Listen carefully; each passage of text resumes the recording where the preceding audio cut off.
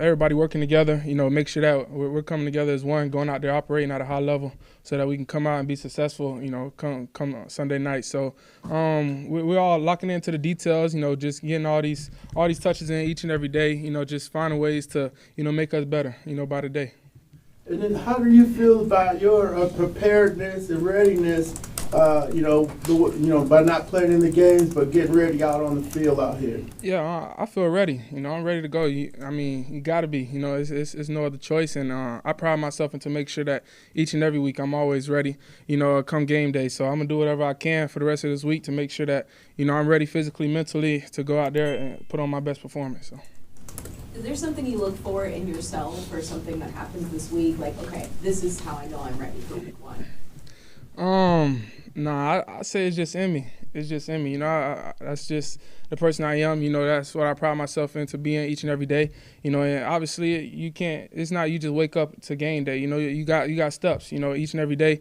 We getting better, and that's what it's about. Getting better each and every day. And I know when game day come up, the whole game plan will be in, and I'll be ready, and that's all it is.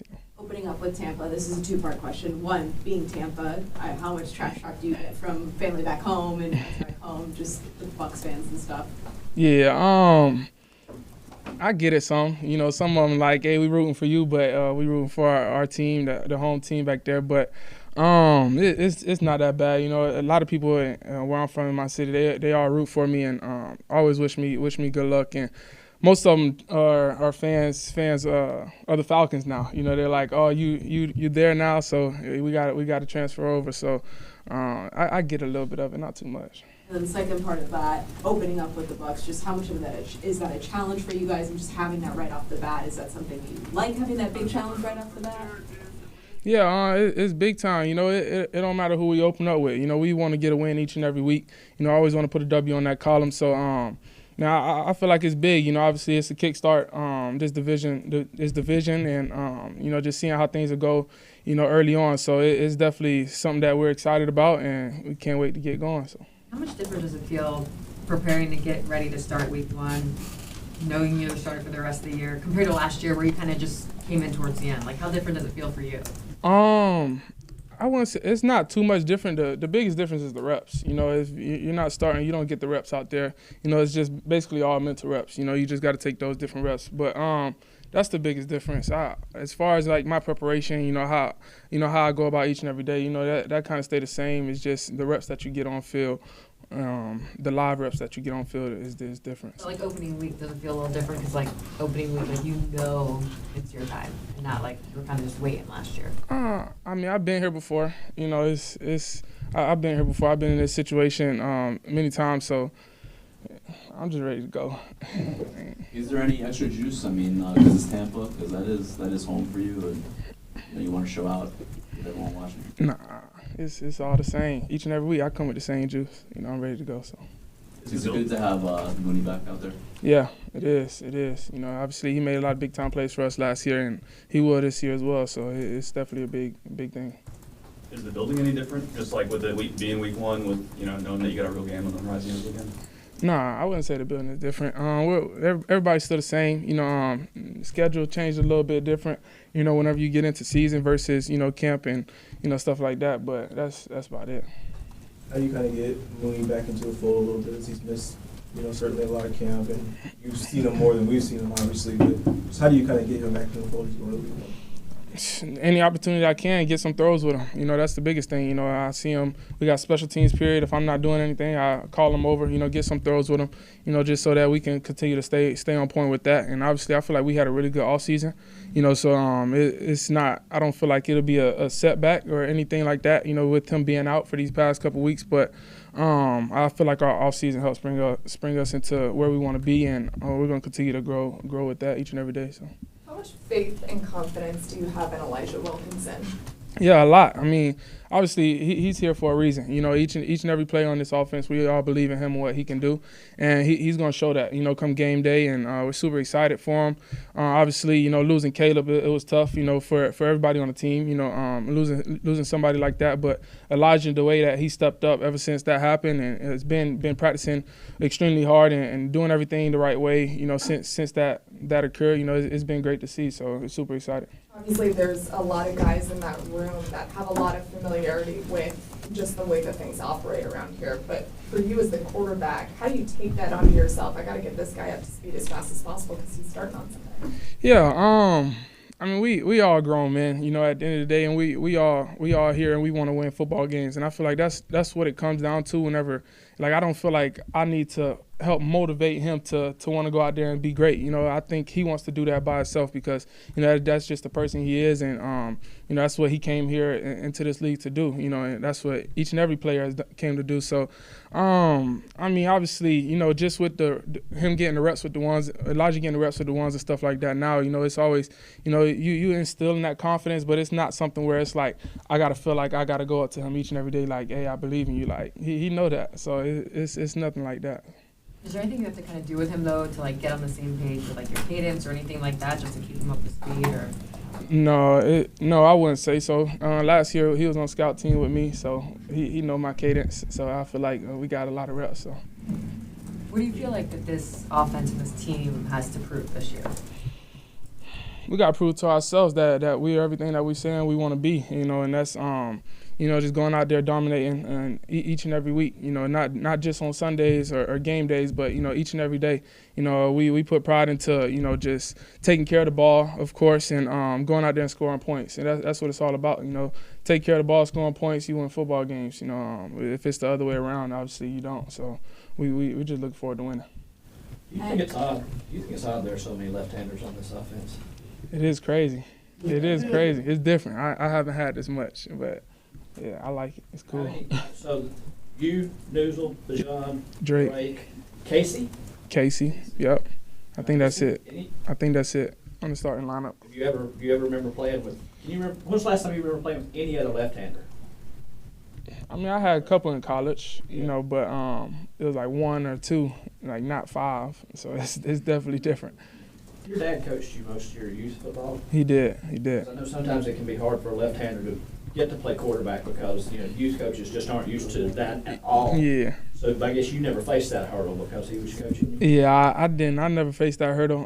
My dad, he was a running back in his day, so he did not coach me in quarterback. he coached me in football, toughness, and, you know, all the other life skills, but he made sure I got a quarterback coach to train me in that way. He wouldn't do that to me and trying to train me in something that he don't even know. So Coming along, have any of your quarterbacks coaches had trouble with the fact that you're left-handed? Just explaining everything in reverse? No, I wouldn't say so because all of them, they had previous left-handers before me, so they know how to do it.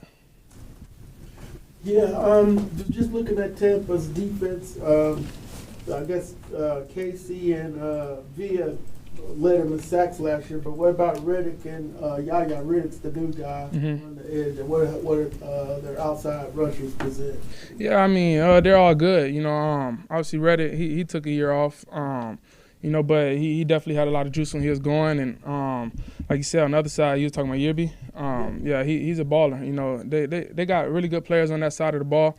You know, definitely tip my hat and respect to those guys. You know, obviously, you know, not just for how good they are, but obviously being in this league, you know, being a part of that 1%, you know. So we're looking forward to it. It's going to be a good challenge, and we're ready for it.